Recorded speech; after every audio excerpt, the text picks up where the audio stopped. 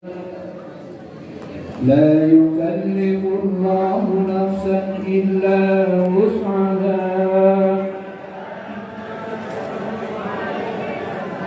ربنا لا تؤاخذنا إن نسينا أو أخطأنا ربنا ولا تحمل علينا إثما كما حملته على الذين من قبلنا ربنا ولا تحملنا ما لا طاقة لنا به واعف عنا وارحمنا واعف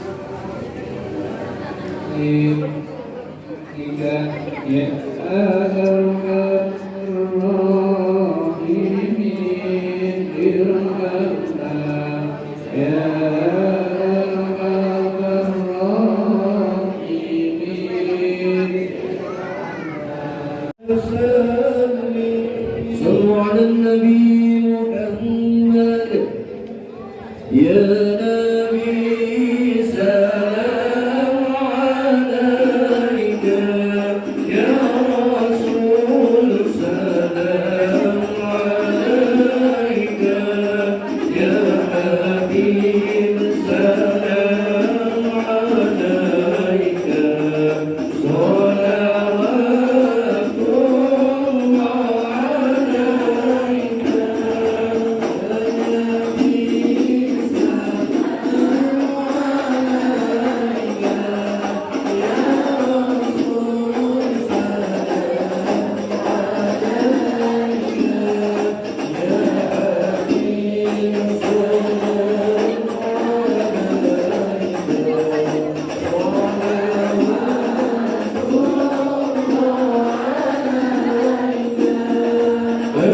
atau beliau yang mobil. Kemudian yang kami hormati unsur pimpinan kecamatan ataupun beliau yang mewakili. Kemudian yang kami hormati lurah, kelurahan Tembesi yang diwakili oleh Pak Sektor, Pak Budi ya. Kemudian yang kami hormati Ketua Ormas Islam se-Kecamatan Sagulung, wabil khusus kepada Ketua Majelis Zikir Al-Hikmah Al-Mabarak Ustadz Sofyan Sori SPDI dan segenap jamaah Majelis Zikir Al-Hikmah Kecamatan Sagulung. Bapak sebesar-besarnya, kalau kepada ibu yang sedalam-dalamnya. Kenapa? Mungkin ada yang mengira Pak gua kok lambat datangnya. Mungkin ada tadi ibu yang pagi sini menyaksikan, baru 3 orang saya sudah datang gitu ya. Ya, masih jam 7 lewat sudah berada di tempat ini. Tujuannya untuk survei lapangan.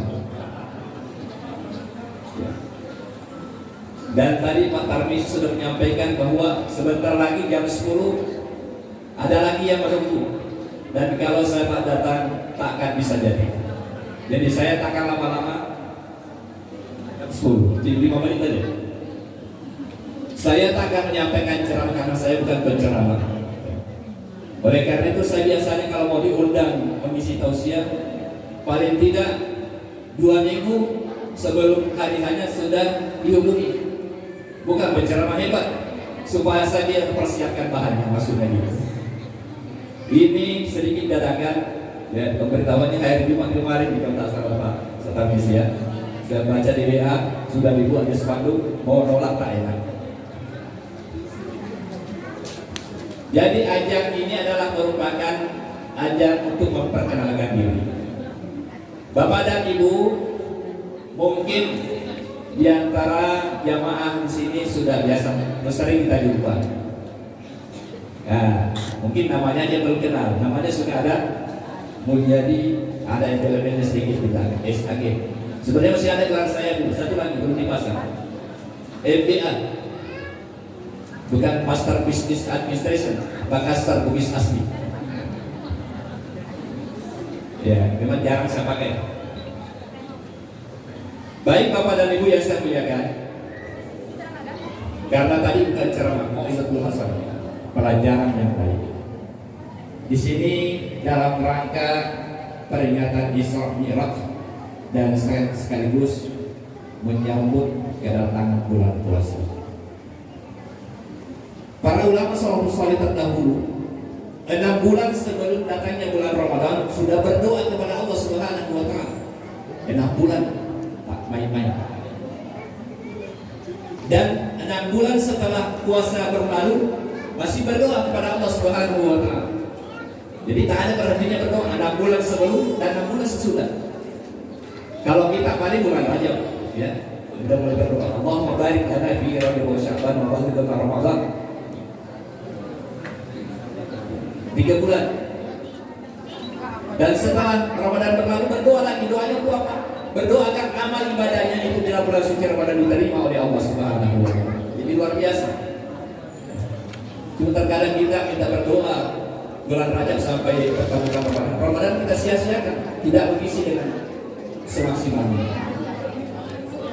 Baik Bapak dan Ibu yang saya muliakan, berbicara masalah Isra dan Mi'raj, timbangannya adalah harus timbangan iman, bukan timbangan akal. Kenapa? Apakah Isra dan Mi'raj itu tidak masuk akal?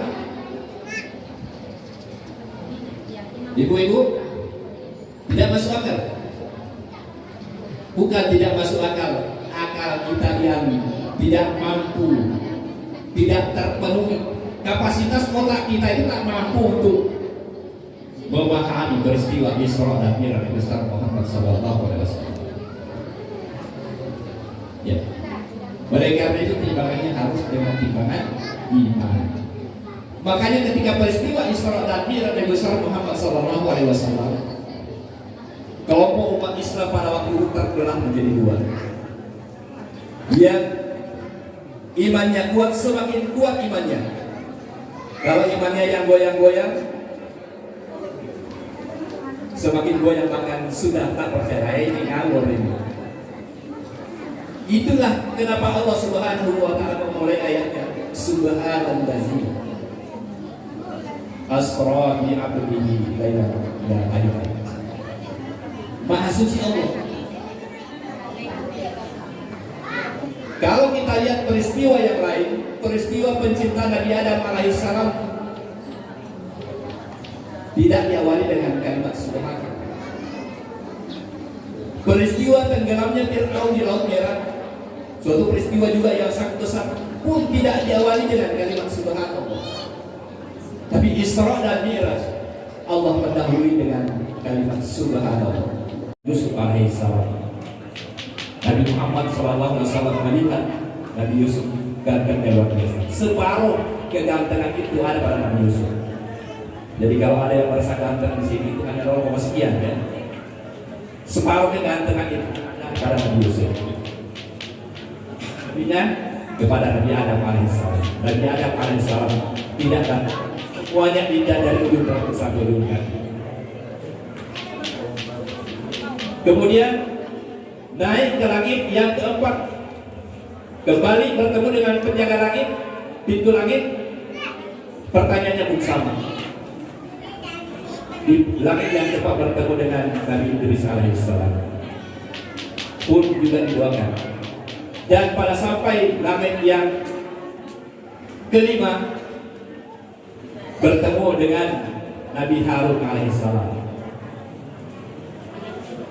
Masih ada 2 tingkatan lagi. Langit yang ke-6 bertemu dengan Nabi Musa alaihissalam. Kemudian sampai ke langit yang ketujuh. Ketuk pintu langit siapa? Jibril. Dengan siapa? Dengan Nabi Muhammad SAW. Begitu dibuka pintu langit, siapa yang ada di sini? Nabi siapa kira-kira? Nabi Ibrahim alaihissalam sedang bersandar di Baitul Maqmur. Bukan pasti Baitul Maqmur, bisa saja. Di Baitul Maqmur itulah tempat berkumpulnya para malaikat untuk melaksanakan sholat setiap waktu. Jumlahnya berapa? Kurang lebih seperti ini, 70.000. Ini 70.000 jumlahnya dengan malaikat maksudnya.